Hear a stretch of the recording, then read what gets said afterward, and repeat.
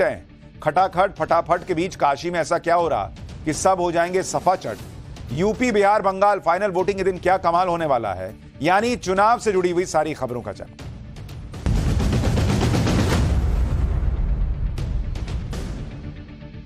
लोकसभा चुनाव का final round बचा हुआ है और अब 4 जून से पहले सभी यही बातें कर रहे हैं कि 4 जून को रिजल्ट कैसा आएगा।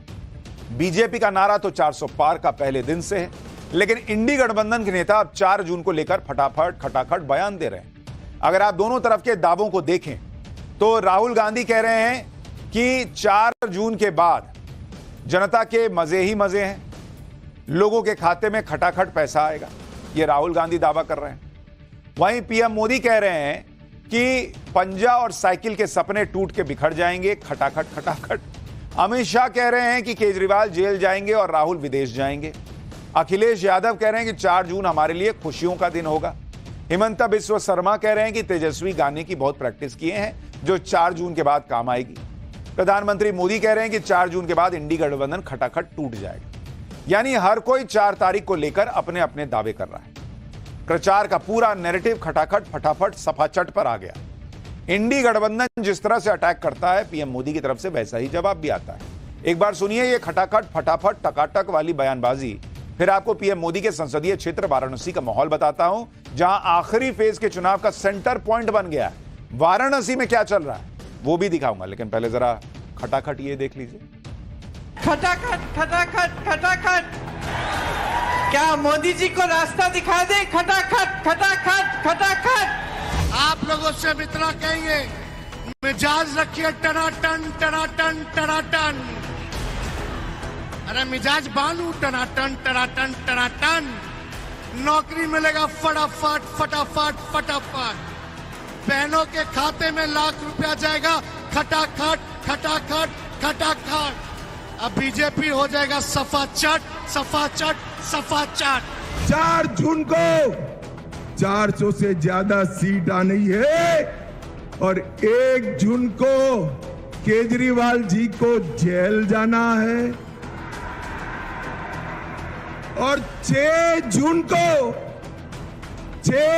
को राहुल बाबा वैकेशन पर बैंकॉक जा रहे हैं। जुलाई में देखेंगे 8,500 रुपए, अगस्त में 8,500, सितंबर, अक्टूबर, नवंबर, दिसंबर खटाखट खटाखट खटाखट खटाखट 8,500। क्योंकि 4 जून के बाद मोदी सरकार तो बनेगी ही बनेगी और भी बहुत कुछ होगा। बताओ क्या होगा? ये इंडी गठबंधन टूट करके बिखर जाएगा खटाखट खटाखट। चाहे वो लखनऊ वाले शहजादे हो या दिल्ली वाले, ये शहजादे गर्मी की छुट्टियों पर विदेश निकल जाएंगे खटाखट खटाखट। खटाखट फटाफट टकाटक जो भी हो, लेकिन 4 जून को टाइम्स नाउ नव भारत पर नतीजे भी आपको सबसे तेज खटाखट खटाखट पता चले तो 4 जून को सुबह 6 बजे से यहां बैठ जाना है। आखिरी चरण के मतदान में अब पूरा फोकस वाराणसी में शिफ्ट हो गया है। पूरे लोकसभा चुनाव में सबसे वीआईपी सीट वाराणसी ही तो है, क्योंकि यहां से पीएम मोदी चुनाव लड़ रहे हैं। इस बार पीएम मोदी को रिकॉर्ड तोड़ जीत दिलाने के लिए बीजेपी ने पूरी ताकत भी लगा दी। बीजेपी के तमाम बड़े नेता आज की डेट में वाराणसी पहुंचे हुए हैं, जिनमें अमित शाह शामिल हैं। अमित शाह वाराणसी, जेपी नड्डा वाराणसी, विदेश मंत्री जयशंकर वाराणसी, यूपी के सीएम योगी आदित्यनाथ वाराणसी में, ब्रिजेश पाठक वाराणसी, अरुण गोविल वाराणसी, यूपी के 6 मंत्री वाराणसी में, यानी कुल 20 से ज्यादा मंत्री वगैरह पहुंचे हुए हैं इस वक्त वाराणसी। वाराणसी ऐसी सीट है जहां से पूरे पूर्वांचल को साधा जाता है। इसके अलावा वाराणसी में इस बार पीएम मोदी की जीत का मार्जिन 10 लाख का करने का भी टारगेट है। वाराणसी में इस वक्त अलग ही माहौल है। वाराणसी आने वाले और वहां के स्थानीय लोग क्या कह रहे हैं वो सुनिए, फिर बताता हूं कि वाराणसी से कैसे पूरे पूर्वांचल का गेम सेट हो गया। चुनाव एक फॉर्मेलिटी है, औपचारिकता है। चुनाव तो मोदी जी जीत चुके हैं। बीजेपी सरकार बनेगी, लगभग 370 के आसपास सीटें आएंगी मोदी सरकार की। पूरे देश में एक लहर चली हुई है बीजेपी की और काम भी किए हैं। मैंने बनारस को पहले भी देखा, आज भी देखा, उसमें दिन रात का अंतर है। काफी बदलाव लग रहा है कि पहले तो यूँ सुनने में आता था कि भाई बहुत गंदगी है गंगा में, ये है। मोदी जी ने बहुत अच्छा काम किया। 100% मोदी जी आएगी, 100%। आप कहाँ से हैं? कनाडा से आया हूँ, मॉन्ट्रियल। पर मुझे अभी लगता है कि मैंने गलती किया देश छोड़ के। देश वापस आना चाहिए। देश बहुत तरक्की किया है, चारों तरफ डेवलपमेंट ही दिख रहा है। कितना बदला है बनारस? बहुत बदल गया है, बहुत सब बदल गया है। क्या क्या बदला है? बहुत घाट सब साफ सफाई हो गया है। लग रहा है कि अपना मोदी सरकार फिर से आने वाला है। हम तो खुश हैं क्योंकि हम देख रहे हैं बनारस को अपने आंखों से बदलता हुआ देखा मैंने। और देखा इसलिए क्योंकि जब मैं ऑटो चलाता था वाराणसी के अंदर में, यहाँ का सड़कें, यहाँ का कहीं भी घुसना हो तो अंदर कोई गली के अंदर ट्रक नहीं घुस पाता था, क्योंकि जो बिजली का खंभा है, तार है, वो सब पहले बहुत बिगड़ा हुआ था। उस पे काम हुआ, नाला सीवर का काम हुआ, घर घर पानी पहुंचा है। पहले भी पानी का सुविधा था लेकिन उसको और अच्छे तरीके से काम किया गया है। और बात करें रोड का, तो रोड भी एकदम फर्स्ट क्लास बन चुका है। हाँ, सच है, क्योंकि यहाँ का जो विकास हुआ है पिछले 5-7 सालों में, 10 सालों में, रोड इंफ्रास्ट्रक्चर और घाटों का, तो पहले से कुछ तो सुधार हुआ है। काम के यहाँ पर है तो ही रहेगा ना, जो यहाँ काम करेगा, जो यहाँ काम करेगा, जो विकास के वही ना रहेगा। वाराणसी में लोग मोदी मोदी कर रहे हैं, कह रहे हैं वाराणसी को बदल दिया है, चमका दिया है नरेंद्र मोदी। वाराणसी में अगर टीम मोदी पूरी ताकत से जुटी है तो इंडी गठबंधन भी अपना जोर लगा रहा है। इंडी गठबंधन से कांग्रेस को यह सीट मिली हुई है। कांग्रेस ने यहां से अपने यूपी के अध्यक्ष अजय राय को वाराणसी में चुनावी मैदान में उतार दिया। अजय राय के प्रचार के लिए वाराणसी में प्रियंका वाड्रा और डिंपल यादव का रोड शो भी हो चुका है। वाराणसी की गली गली जाकर प्रियंका और डिंपल ने वोट मांगे थे। अब कल राहुल गांधी और अखिलेश यादव भी वाराणसी में रैली करने वाले हैं।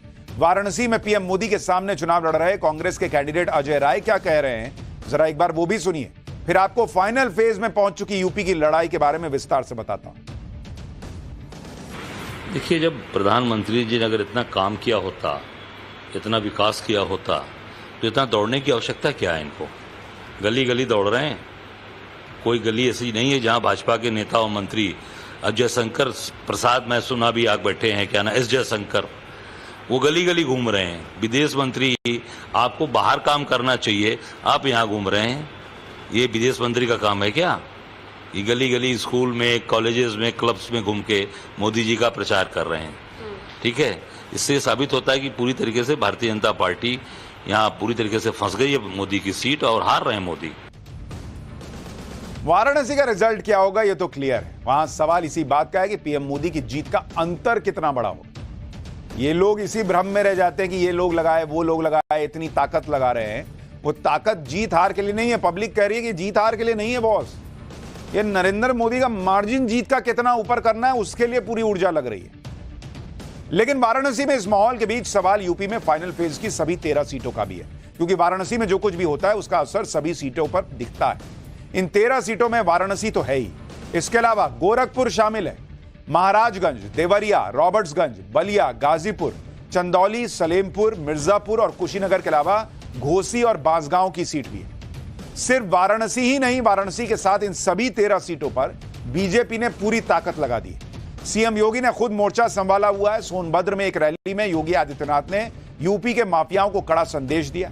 सुनिए योगी आदित्यनाथ को, फिर बताता हूं कि पूर्वांचल की 13 सीटों का गणित क्या बता रहा है। जितने बड़े माफिया थे उनके संपत्ति को वापस ले रहे हैं, माफिया को मिट्टी में मिला रहे हैं और उनके द्वारा गरीबों की संपत्ति पर जो कब्जा किया गया है उस संपत्ति पर आज गरीबों के लिए आवास बन रहे हैं, हाई राइज बिल्डिंग बन रही है। पहले माफिया भगाता था पुलिस को भी, बेटी को भी और व्यापारी को भी, और आज माफिया गले में तख्ती लटका के घूमता, कहता साहब जान बख्श दो एक बार बस।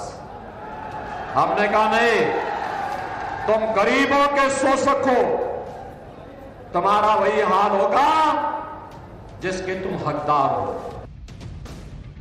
पिछली बार पूर्वांचल में विपक्ष ने कुछ सीटें निकाल ली थी क्योंकि समाजवादी पार्टी और बीएसपी का गठबंधन था, लेकिन इस बार तो यह गठबंधन भी नहीं है, तो बीजेपी के लिए रास्ता बिल्कुल क्लियर बताया जा रहा है। फाइनल फेज की 13 सीटों में 2019 के अगर आप नतीजे देखेंगे, जिन 13 यूपी की 13 सीटों पर फाइनल फेज में वोटिंग होनी है, यूपी 13 सीट, इनमें पिछली बार 2019 में क्या हुआ था जरा इसको समझ लीजिए तो आपको पता चलेगा कि इस बार क्या स्थिति है। यह पूर्वांचल की 13 सीटें, इनमें एनडीए को पिछली बार 11 सीट जीती थी और बीएसपी जो है उसके खाते में 2 सीट आई थी, 2 सीट घोसी और गाजीपुर की, यानी कांग्रेस को यहां 1 सीट नहीं आई थी।